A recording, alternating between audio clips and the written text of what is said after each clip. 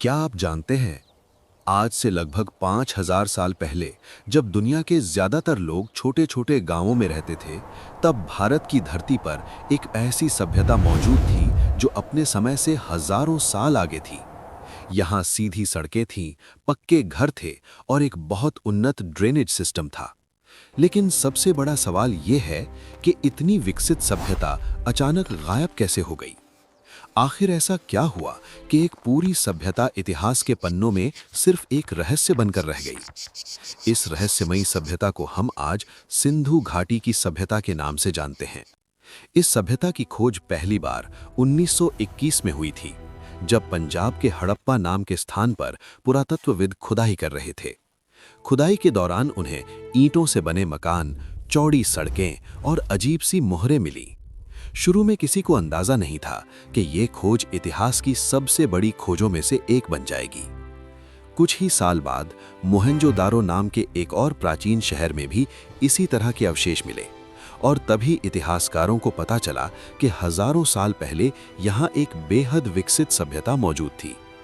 सिंधु घाटी की सभ्यता के शहर इतने व्यवस्थित थे कि आज के कई आधुनिक शहर भी उनसे पीछे लगते हैं। यहाँ की सड़कें बिल्कुल सीधी थीं और एक दूसरे को 90 डिग्री के कोण पर काटती थीं। घर मजबूत पक्की ईंटों से बने होते थे। लगभग हर घर में नहाने की जगह और पानी निकालने की व्यवस्था थी। लेकिन सबसे हैरान करने वाली चीज थी उनका ड्रेनेज सिस्टम। हर घर से निकलने वाला पानी ढकी हुई नालियों के जरिए मुख्य नाली तक पहुंचता था। इतिहासकार मानते हैं कि उस समय दुनिया में इतनी उन्नत सफाई व्यवस्था कहीं और नहीं थी। सिंधु घाटी की सभ्यता के लोग कृषि और व्यापार में भी काफी आगे थे। वे गेहूं, जौ और कपास उगाते थे।